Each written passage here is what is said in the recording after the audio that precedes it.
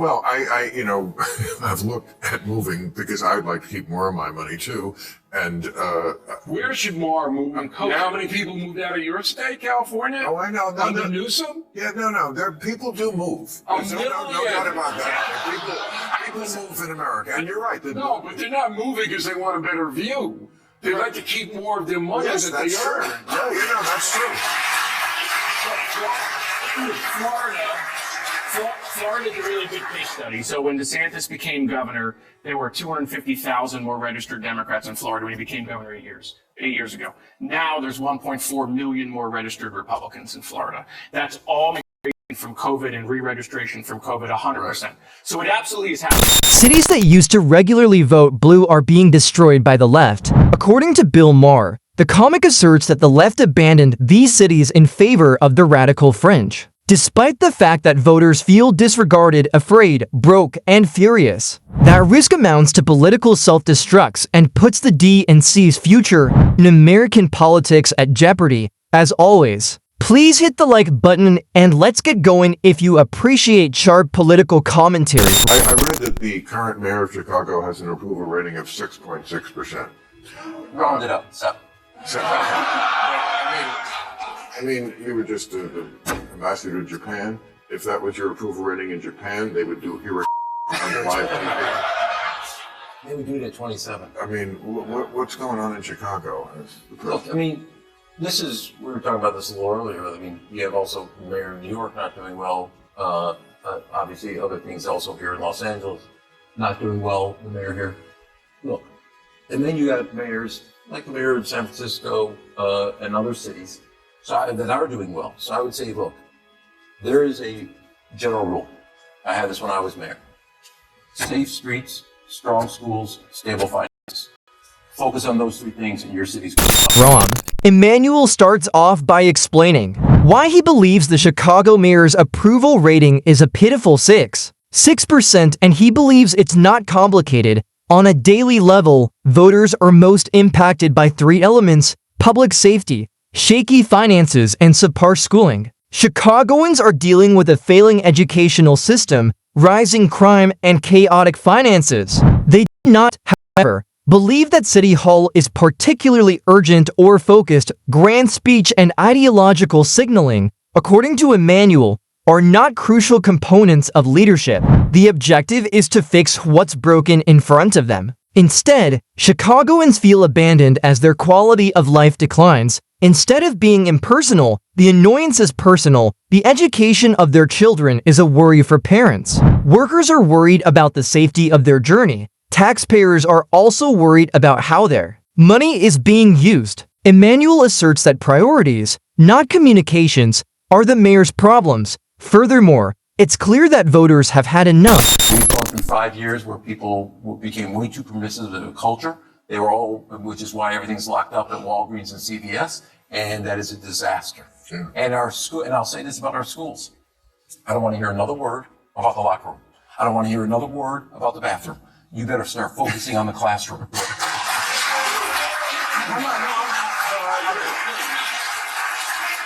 We have the worst reading scores for 8th graders in 30 years. And nobody, not a governor, not a mayor, not a president, not a secretary of education is talking about it. We're all wrapped up. Look, in 7th grade, if I know that I could have said the word they got in the girls' bathroom, I would have done it.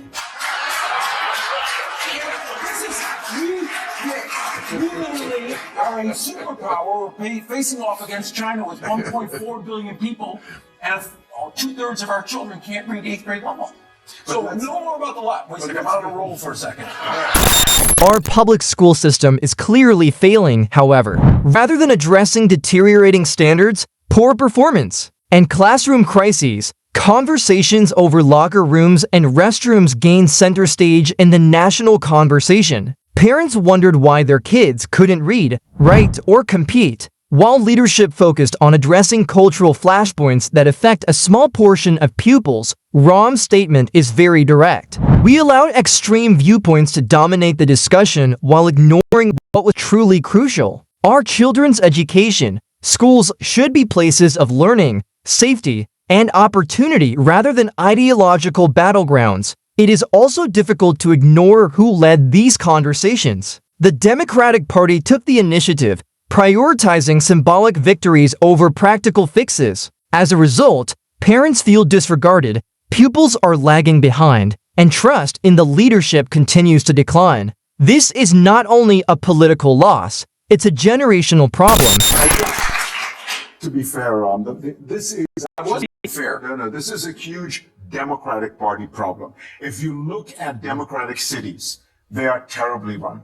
They have incredibly high taxes. It is impossible to build, so the cost of housing. Let me finish. I give you a chance. The cost of housing is crazy in places like New York and Chicago. If you look at Democratic states, I mean, look at New York versus Florida. Okay, roughly the same population. The budget of New York State is twice that of Florida. What do they have? The streets paved with gold? I live in New York. I pay the highest taxes in New York. You get nothing for it. And I think that is the image people have of the Democratic Party. Across the country, more people are openly recognizing a growing problem. Once thriving cities seem to be faltering under Democratic leadership, leaving residents feeling vulnerable, bogged down by bureaucracy, and burdened by high taxes as public safety declines. Small businesses struggle to stay afloat, middle-class families feel punished for remaining, and essential city services are slower and less reliable than ever. When people no longer feel safe on their own streets or able to afford living where they work, they vote with their feet, moving away from deep blue cities in search of a simpler life, one with lower taxes, fewer bureaucratic obstacles, and a stronger commitment to law and order. This shift isn't purely ideological, it's driven by the basic quality of life, as people seek cities that function effectively, meeting their fundamental needs rather than merely offering promises without results. Lots of taxes, lots of regulation, but nothing gets done. Hey, And I think I live in LA. if the Democrats have to own this and realize the answer to everything is not more taxes, more regulation. People are fed up of that and they feel that it isn't working. The Democrats, look, as somebody who produced the best graduation growth in the country, I mean, change our high school. You were a good man. I agree. No, that's not the point. The point was we changed, but I'll take that. The point isn't the rules. The point is the results. And the party has gotten way too focused on what the rules are. And I do agree with you on this. We have made it impossible to function as a city or as a state. For far too long, Democrats have focused more on rules than results, driven by a need to control everything from public debate and policy discussions to the sheer number of permits required to fix a simple roof. Bureaucracy has become not just heavy but suffocating. Tasks that should take hours stretch into weeks or months because of endless paperwork, approvals, and ongoing reviews. While workers and homeowners feel the pinch, small businesses are hit. Hardest want to renovate, expand, or build, prepared to wait. The system moves at a glacial pace, and accountability is scarce when it stalls. Leadership keeps layering on more agencies, regulations, and procedures without assessing whether policies actually work, creating paralysis instead of progress. Cities don't feel managed, they feel restricted. People aren't asking for chaos, they're demanding competence. And when government becomes an obstacle rather than a service, frustration is inevitable. Take an example of this example. Here, obviously in LA, it took a fire and a natural disaster to make you realize, you know what, that rule's not that important. In Pennsylvania, a bridge collapse, all of a sudden we go, well, that environmental rule's just not important. We got to build a bridge. It's much more important. And I think the Democratic Party should take a look at and say, we're going to be honest, like we did in 1994 with reinventing government. Everything is on the table. Nothing is safe. And when you say, look at it and say, that's essential. Those two things get out of here. And that doesn't happen. If the DNC hopes to regain trust in its cities, it must confront the problem of overregulation head-on, reviewing and removing rules that add little value. Despite high taxes, residents in cities like Los Angeles often struggle to see what they're actually getting in return. Infrastructure projects stall, housing programs falter, and costs keep climbing, all because of endless paperwork, delayed approvals, and layers of bureaucracy. In California, Major initiatives can be held up for years not from a lack of funding or vision, but from procedural gridlock. This isn't progressive governance, it's stagnation. Voters aren't asking for research reports or slogans, they want tangible results. If Democrats aim to prove they can still manage cities effectively, they must prioritize speed, efficiency, and accountability, cutting red tape and delivering outcomes that restore credibility where it matters most. I think that Mamdani's election will lead more financial organizations to leave New York City for Wall Street South in Florida. Tell me, I've read that term just recently, Wall Street South, Florida. This is your state. What is that? A lot of Wall Street guys have moved to Palm Beach. It's been happening really since COVID. It's accelerated with increases in taxes. It's not just out of New York. It's New Jersey, Connecticut, it's Chicago, it's California. So they're fleeing high tax states for correct. Florida. These are not random acts or coincidences. These are intentional departures brought on by discontent with Democratic leadership.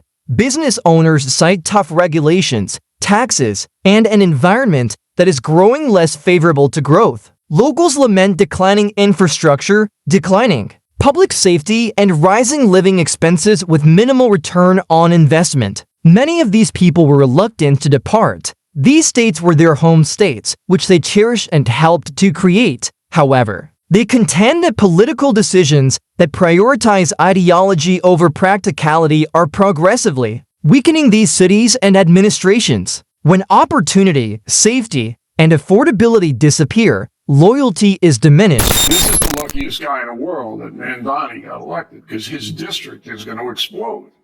My house, I live 8 miles outside of Queens, has gone up 20% in value since Mamdani announced.